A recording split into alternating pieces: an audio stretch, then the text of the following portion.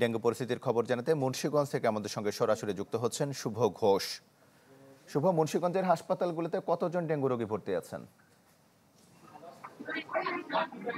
কামাল, আসলে আগস্টের শুরু থেকেই চোখ রাঙাচ্ছে মুন্সিগঞ্জের ডেঙ্গু পরিস্থিতি। আমরা মুন্সিগঞ্জ জেনারেল হাসপাতাল আজ সকাল থেকে ঘুরে দেখেছি, কোথাও কিন্তু তিল ধারণের ঠাঁই নেই রোগীদের পাশাপাশি রোগীদের যে স্বজনরা রয়েছে তারা কিন্তু হাসপাতাল ঘিরে আসলে লাইন ধরে আছে রোগীদের সাথে দেখা করার জন্য। অন্য দিক থেকে সিজনাল ভাইরাস জ্বরে আক্রান্ত রোগীদের যে অবস্থা সেটি কিন্তু জেলা স্বাস্থ্য বিভাগ বলছে যে মুন্সিগঞ্জের প্রায় প্রত্যেকটি ঘরে ঘরে একজন করে খুঁজলে আসলে ভাইরাস জ্বরে আক্রান্ত রোগীর দেখা মিলবে।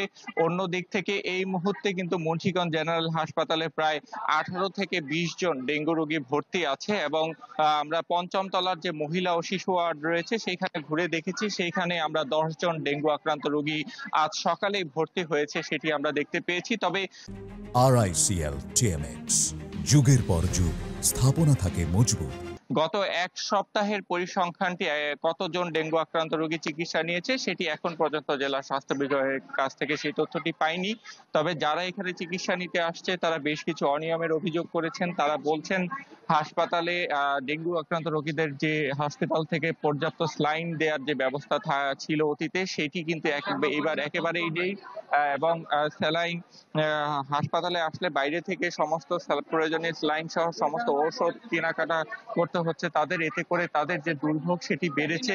বিশেষ করে হাসপাতালের যে বারান্দা রয়েছে সেইখানে কিন্তু বিভিন্ন জ্বরে আক্রান্ত এবং ডেঙ্গু আক্রান্ত রোগীরা কিন্তু লাইন ধরে আছে চিকিৎসার জন্য এবং হাসপাতালের বারান্দাতেও কিন্তু এখন ডেঙ্গু আক্রান্ত এবং সিজনাল আক্রান্ত জ্বরে আক্রান্ত রোগী ঠাঁই হচ্ছে না।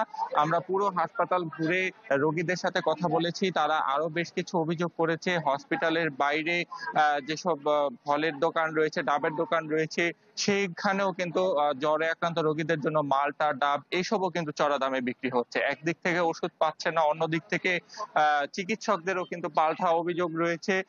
এই যে 250 শয্যা বিশিষ্ট মুন্সিগঞ্জ জেনারেল হাসপাতালে এখন রোগী ভর্তির সংখ্যা প্রায় 300-র অধিক। তাই এই অতিরিক্ত রোগীর সেবা দিতে গিয়ে হিমশিম খাচ্ছেন তারা।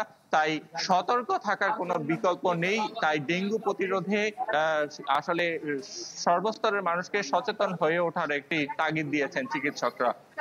শুভ, আপনাকে ধন্যবাদ। মুন্সিগঞ্জ থেকে ডেঙ্গু পরিস্থিতির খবর জানাচ্ছিলেন শুভ ঘোষ।